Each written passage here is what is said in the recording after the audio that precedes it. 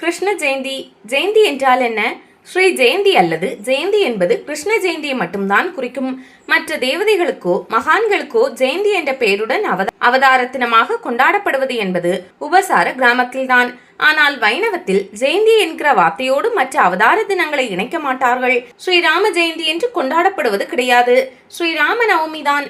அதுபோல ஸ்ரீ ராமானுஜர் ஜெயந்தி, நம்மாழ்வார் ஜெயந்தி, ஆண்டாள் ஜெயந்தி என்றெல்லாம் பெயர் வைத்து கொண்டாடுவதில்லை. ஆண்டாள் ஆடிப்பூரம் என்றும் ராமானுஜர் சித்திரை திருவாதிரை என்றும் அவதார திரு நட்சத்திர தினம் என்றுதான் கொண்டாடுவார்கள். காரணம், அஷ்டமி திதியோடு ரோஹிணி நட்சத்திரம் இணைந்து வரும் நாளுக்கு தான் ஜெயந்தி என்ற பெயர். அந்த நாளில் கண்ணன் அவதரித்ததால் ஸ்ரீ ஜெயந்தி என்று கொண்டாடுகிறார்கள். ஜெயந்தி என்றால் வெற்றி தரும் நாள் என்று பொருள். கிருஷ்ண ஜெயந்தி. மகாலட்சுமி தாயாரை வரவேற்றுவிட்டோம். திருவந்தாலே பின்னால் திருவை தேடி மால் வந்து விடுவார். மாலையை செய்து மயக்கும் மணாளன் என்று ஆழ்வார் கண்ணனை கொண்டாடுகிறார். வரலட்சுமி விரதம் முடிந்தவுடன் ஆடி மாதம் 31ஆம் தேதி சனிக்கிழமை, ஆகஸ்ட் மாதம் 16ஆம் தேதி நாடெங்கும் கிருஷ்ண ஜெயந்தி உற்சவம் சிறப்பாக கொண்டாடப்பட இருக்கிறது. சனிக்கிழமை ஸ்திரவாரம், பெருமாளுக்குரிய தினம்.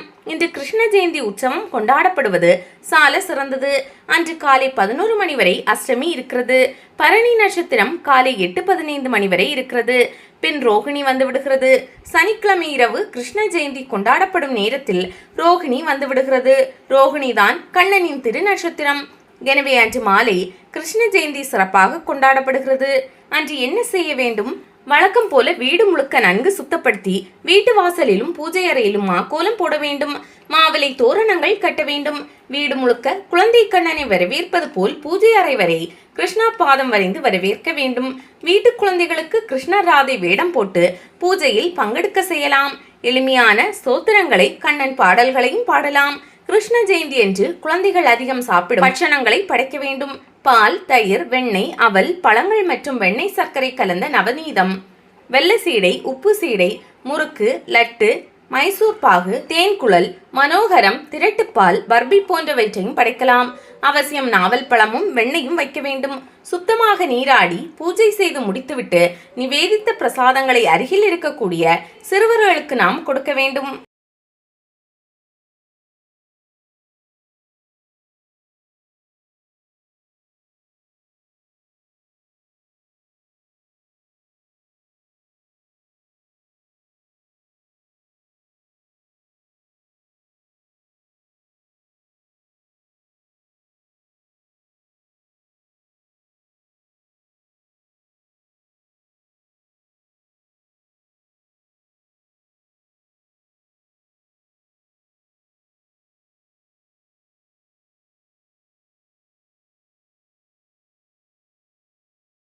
குழந்தைகளுக்கான மிக சிறப்பான பண்டிகை கிருஷ்ண ஜெயந்தி என்று சொல்வதற்கு காரணம் உண்டு.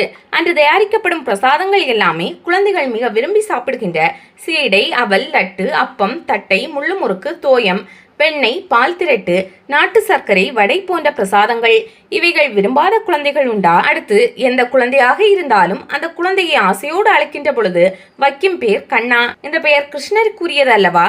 அடுத்து அந்த விழாவில் குழந்தைகளுக்கு கிருஷ்ணனாக வேடமிட்டு பெரியவர்கள் மகிழ்ச்சி அடைகிறோம். அன்றைக்கு குழந்தைகளை கிருஷ்ணனாகவே பாவிக்கிறோம். ஆண் குழந்தையாக இருந்தாலும் பெண் குழந்தையாக இருந்தாலும் மயில் கிரீடம் வைத்து ஒரு புல்லாங்குழல் கொடுத்து விட்டால் கிருஷ்ணனாக மாறிவிடும் மகிழ்ச்சியை காண்கிறோம். இப்படி குழந்தைகளும் கலந்து கொள்ளும் மகத்தான பண்டிகை வேறு என்ன இருக்க முடியும்? வட இந்தியா தஹியண்டி. இந்தியாவின் பல பகுதிகளில் பல்வேறு வகைகளில் இவ்விழா கொண்டாடப்படுகிறது. கண்ணன் மேலே உரியில் கட்டப்பட்டிருந்த வெண்ணையை நண்பர்களோடு களவு கொண்டான் என்று பாகவதத்தில் வருகிறது. இதன் தத்துவார்த்தம் வேறு இருப்பினும் இந்த நிகழ்வு பக்தர்களை கவர்ந்தது. மகாராஷ்டிரத்தில் பிரபலமாக உள்ள தஹியண்டி என்பது உயரத்தில் தொங்கவிடப்பட்டுள்ள வெண்ணெய் தாளியை சிறுவர்கள் பிரமிடு அமைத்து மேலேறி அதனை உடைப்பார்கள். இதற்காக தெருக்களில் உயரமான இடங்களில் பானைகளில் தயிர் நிரப்பப்பட்டு கட்டப்படுகிறது. இதனுடன் பணமுடிப்பும் கட்டப்படுகிறது. கோவிந்தாக்கள் குழுக்களை அமைத்து 2-3 தஹியண்டி நிகழ்ச்சியிலும் கலந்து கொள்வதுண்டு. இவ்வாறு கோவிந்தாக்கள் கூம்பின் மேலேறும் போது தண்ணீர் பீச்சி அடித்து அவர்களை ஏறவிடாது தடுப்பதும் இசை வாத்தியங்களை முழங்குவதும் விளையாட்டை ஆர்வமிக்கதாக ஆக்குகிறது. ராசலீலா. ராமாவதாரத்தில் காட்டில் இருந்த முனிவர்கள் ராமனின் அழகை கண்டு தாங்கள் பெண்களாக இருந்தால் அவனை அடையலாமே என்று விரும்பினார்களாம். அந்த ஆசையை நிறைவேற்றிக் கொள்வதற்காகவே கிருஷ்ணாவதாரத்தில் ஆயர் குலத்தில் பெண்களாக பிறந்தார்களாம். அவர்கள் விருப்பத்தை கண்ணன் நிறைவேற்றியதுதான் ராசலீலை. இதை அற்புதமாக விளக்குவது ஜெயதேவரின் அஷ்டபதி. தத்துவ ரீதியில் பெண்கள் எல்லோரும் ஜீவாத்மாக்கள். பகவான் கண்ணன் மட்டுமே பரமபுருஷன், பரமாத்மா. ஜீவன்களின் லட்சியம் பரமாத்மாவை அடைவது, இன்புறுவது என்பதை விளக்குவதுதான் ராசலீலை. கண்ணன் ராசலீலைகளை விளக்கும் கர்பா என்ற நாட்டியம் குஜராத்தில் பிரபலம். இது தமிழ்நாட்டு கும்மி கோலாட்டம் போல் நடத்தப்படுகிறது. நீராடும் கோபியர்களின் ஆடைகளை யாருக்கும் தெரியாமல் எடுத்து செல்லுதல், வெண்ணெய் திருடி உண்ணுதல் போன்ற கண்ணன் புரிந்த லீலைகள் அந்த நாட்டியத்தின் மூலம் அழகாக எடுத்துரைக்கப்படுகின்றன. கேரளாவில் கிருஷ்ண ஜெயந்தி. கேரளாவில் குருவாயூர் கோவிலில் மிக சிறப்பாக கொண்டாடப்படும் பண்டிகை கிருஷ்ண ஜெயந்தி. கிருஷ்ண ஜெயந்தி அன்று குருவாயூர் கோயிலுக்கு 1 லட்சம் அளவிலான பக்தர்கள் உலகெங்கும் இருந்து வருகின்றனர். கிருஷ்ண ஜெயந்தியை கேரளாவில் அஷ்டமி ரோகிணி என்று அழைக்கிறார்கள். ராதே கிருஷ்ணா. கிருஷ்ணர் 3 வயது வரை கோகுலத்திலும், 3 முதல் 6 வயது வரை பிருந்தாவனத்திலும், 7ஆம் வயதில் கோபியர்களுடனும், 8 முதல் 10 வயது வரை மதுராவிலும் வாழ்ந்தார். யமுனி ஆற்றங்கரையில் கிருஷ்ண வழிபாடு இருந்ததாக மெரசனிஸ் தனது வரலாற்று குறிப்புகளில் எழுதியுள்ளார். வட இந்தியாவில் கண்ணனின் வாழ்க்கையோடு சம்பந்தப்பட்ட பகுதிகளில் எல்லாம் கிருஷ்ண ஜெயந்தி விழா இன்றைக்கும் எளிய மக்களால் கொண்டாடப்படுகிறது. இந்த பகுதி மக்கள் ஒருவரை ஒருவர் சந்தித்துக் கொள்ளும் பொழுது வணக்கம் தெரிவித்துக் கொள்வது போல ராதே கிருஷ்ணா என்கின்ற வார்த்தையை தான் பரிமாறிக்கொள்கிறார்கள். ஸ்ரீ கிருஷ்ணரை தங்கள் இதயத்திலும் நாவிலும் சதா சர்வகாலமும் வைத்து பூஜிக்கும் பழக்கம் இப்பகுதி மக்களிடம் உண்டு. கிருஷ்ண ஜெயந்தி அன்று கிருஷ்ணரின் அருள் 100% அதிகரிப்பதாக பக்தர்கள் நம்புகிறார்கள். பாகவதத்தில் கிருஷ்ணலீலையை மனமொன்றி கேட்டால் பசி தாகம் ஏற்படாது. கிருஷ்ண நாமத்தை தினமும் உச்சரிப்பவர்களும் கேட்பவர்களும் புண்ணிய உலகை சென்றடைவது உறுதி. பாகவதத்தில் உள்ள அவதார கட்டத்தை பாராயணம் செய்வது மிகுந்த புண்ணியத்தை தரும். பாராயணத்தை கேட்டாலும் புண்ணியம் கிடைக்கும். அர்த்த சாஸ்திரத்தை எழுதிய சாணக்கியர் மருத்துவ தொழிலை தொடங்குபவர்கள் கிருஷ்ணனை வழிபட்ட பிறகே தொடங்க வேண்டும் என கூறியுள்ளார். அலெக்சாண்டருடன் போரிட்டு வென்ற போரஸ் தனது படைகளுக்கு முன்பு கிருஷ்ணனின் உருவத்தை நிறுத்தியிருந்தார். போரில் வெற்றி பெற கிருஷ்ணனே காரணம் என கருதினார். சங்க இலக்கியங்களில் கண்ணன் பரிபாடல் தொகுப்பில் 70 பாடல்கள் இருந்தன. தற்போது 22 பாடல்களே கிடைக்கின்றன. 22இல் மாயோன் மீது 6 பாடல்களும் இருக்கின்றன. இதில் கண்ணனை பற்றிய அத்தனை புராண செய்திகளும் விரிவாக சொல்லப்பட்டிருக்கின்றன.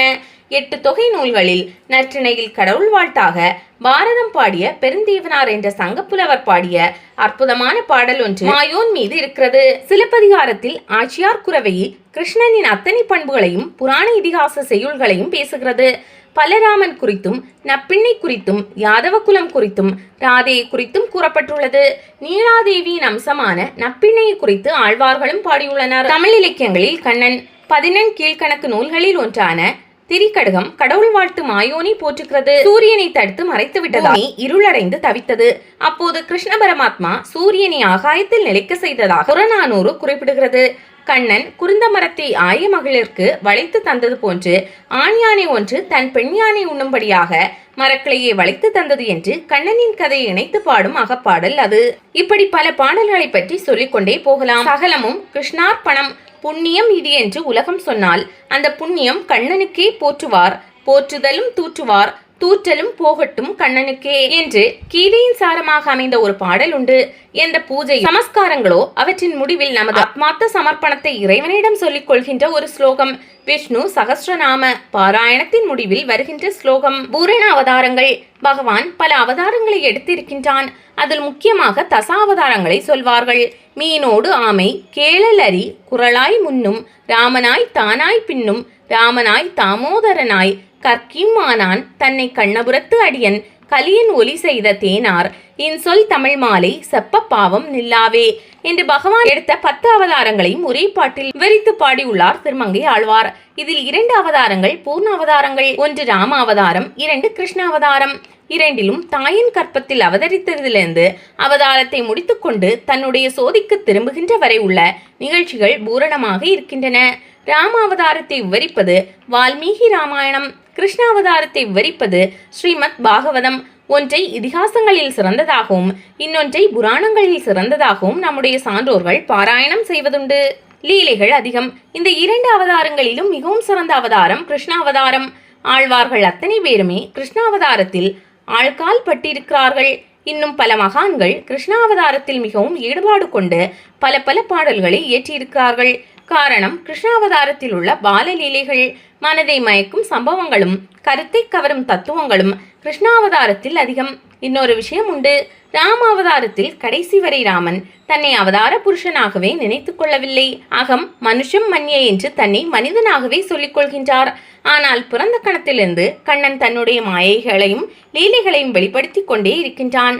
தாயான யசோதைக்கு தெரிந்து விடுகிறது தனக்கு பிறந்த குழந்தை அந்த தேவாதி தேவன்தான் என்று. இந்த லீலைகளும் மாயங்களும் தான் நம்மை மயக்குகின்றன. இந்த சுவைகள் ராமாவதாரத்தில் குறைவு என்பதால் கிருஷ்ணாவதாரம் விஞ்சி நிற்கிறது. எத்தனை கோலங்கள்! கிருஷ்ண விக்கிரகம் என்று அழகை வர்ணிப்பார்கள். எந்த கோயில்களிலும் கண்ணனுடைய திருவுருவம் கண்களுக்கு விருந்தாக இருக்கும். இந்த உருவ அமைப்புகள் பல ஒவ்வொன்றிலும் ஒவ்வொரு அழகு. 8வது திதியில் பிறந்து 8 எழுத்து மந்திரத்திற்கு பொருளான கண்ணனின் திருவுருவங்களை 8 விதமாக பக்தர்கள் அனுபவிக்கின்றனர். சந்தான கோபாலகிருஷ்ணன் யசோதையின் மடியிலே அமர்ந்த கோலம். பாலகிருஷ்ணன் தவழும் கோலம். காளிங்க நர்த்தன கிருஷ்ணன் காளிங்கன் என்ற நாகத்தின் மீது நர்த்தனம் புரியும் காளிய கிருஷ்ணன். கோவர்த்தன கிருஷ்ணன் கிருஷ்ணன் தன் சுண்டு விரலால் கோவர்த்தனகிரியை தூக்கும் கோலம். ராதா கிருஷ்ணன் வலது காலை சிறிது மடித்து இடது காலின் முன்பு வைத்து பக்கத்தில் ராதை நின்றிருக்க குழலூதும் கண்ணன். முரளிதரன் கிருஷ்ணன் ருக்மணி மற்றும் சத்யபாமா சமேதரராய் நின்றிருக்கும் திருக்கோலம். மதன கோபாலன் அஷ்டபுஜங்களை உடைய குழலூதும் கிருஷ்ணன்.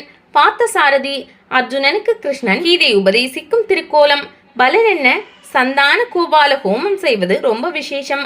குழந்தை இல்லாதவர்கள் இந்த ஹோமத்தை செய்தால் கண்டிப்பாக கிருஷ்ணரே வந்து பிறப்பார் என்பது நம்பிக்கை. சந்தான கோபால மந்திரம் என்பது குழந்தை கண்ணனை வழிபடும் மந்திரமாகும். கிருஷ்ண ஜெயந்தி கொண்டாடினால் 7 ஜென்மங்களில் செய்த பாவங்கள் நாசமடையும். அஸ்வமேதையாக பலன் கிடைக்கும். எல்லா ஏகாதசிகளிலும் விரதம் இருந்தால் என்ன பலன் கிடைக்குமோ அது கிருஷ்ண ஜெயந்தி விரதத்தால் கிடைத்துவிடும். 1000 காராம் பசுக்கள், ஆயிரக்கணக்கான குதிரைகள், யானைகள் தானம் செய்த பலன் கிடைக்கும். அளவற்ற ஆபரணங்களை குருஷேத்திரத்தில் தானம் கொடுத்த பலனும் கோடி கோதானம் செய்த பலனும் கிடைக்கும். நமது எல்லா கோரிக்கைகளும் நிறைவேறும். 3.25 நாளிகை கிருஷ்ணனை நினைத்து பூஜை செய்ய பாவங்கள் எல்லாம் விலகும். அறம்பொருள் இன்பம் வீடு பேர் என்னும் 4 விதமான பலன் கைகூடி வரும்.